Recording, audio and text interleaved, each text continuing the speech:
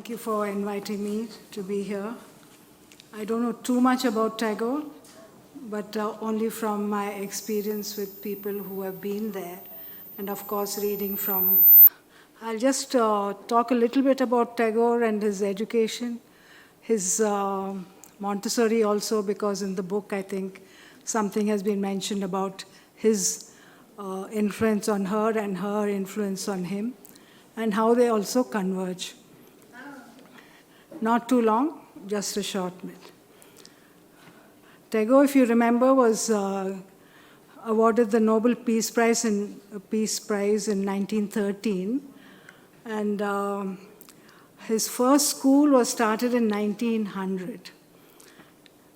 And it was meant for middle-class children, but very quickly he started a school, please correct me others, for nearby village children who were from economically deprived backgrounds. That was a free school.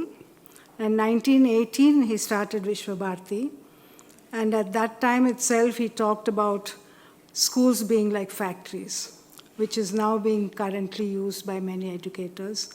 But it was in 1918 that Tagore spoke, and I think Chiranjeevi sir saying that he was way ahead of his times and our times too, is to be remembered and to be re-emphasized.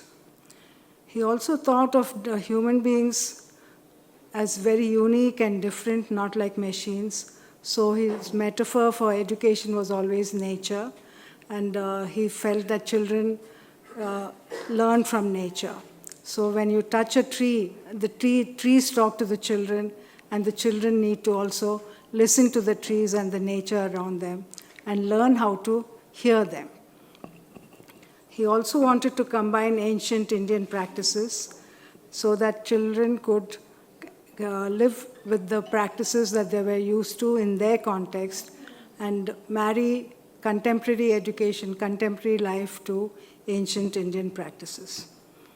He felt that children were alert, eager to learn, and restless, whereas schools were dead and were like, he says, eyeballs of the dead.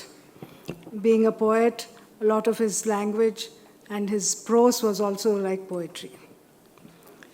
In 1925, coming to a little connection with Montessori, Montessori education was in 1925 itself quite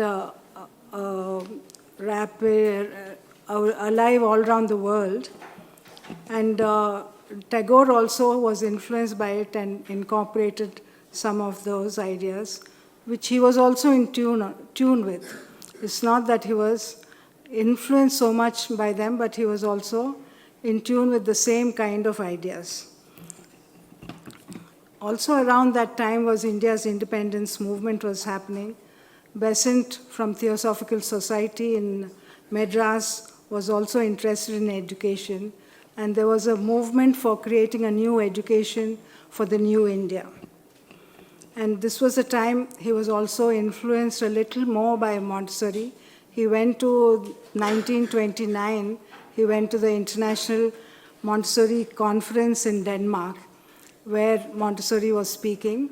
She was the main speaker, and Piaget, the child development specialist, was also there as a young person.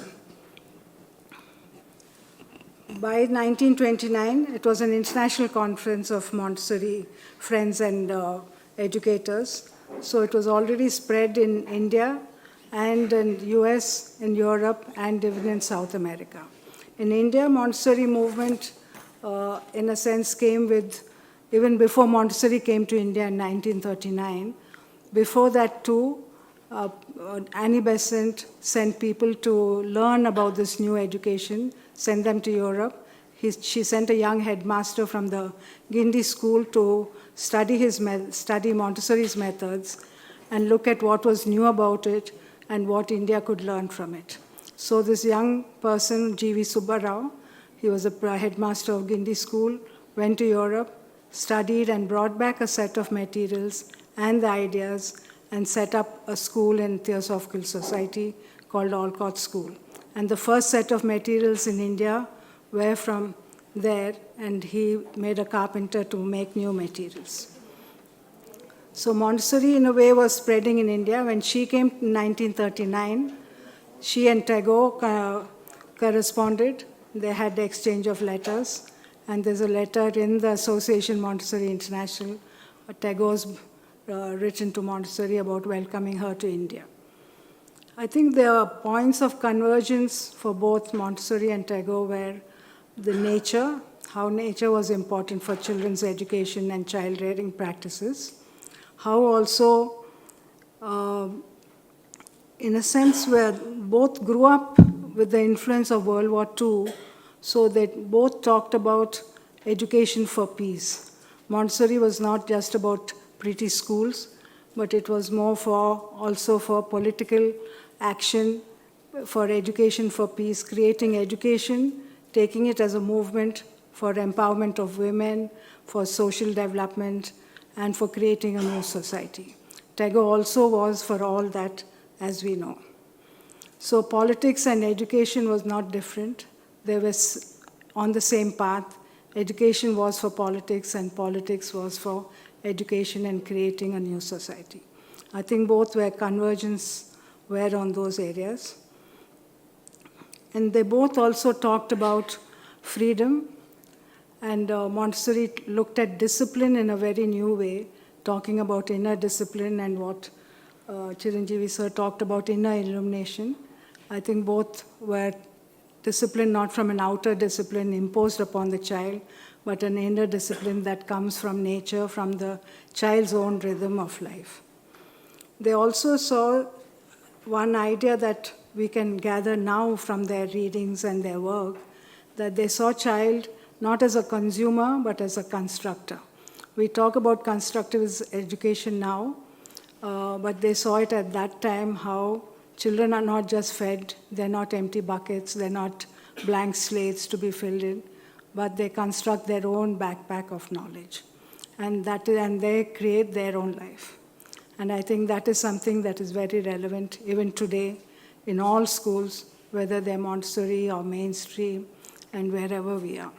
Even alternative education programs in India, they're struggling, and all over the world also, struggling to crack the system in a sense.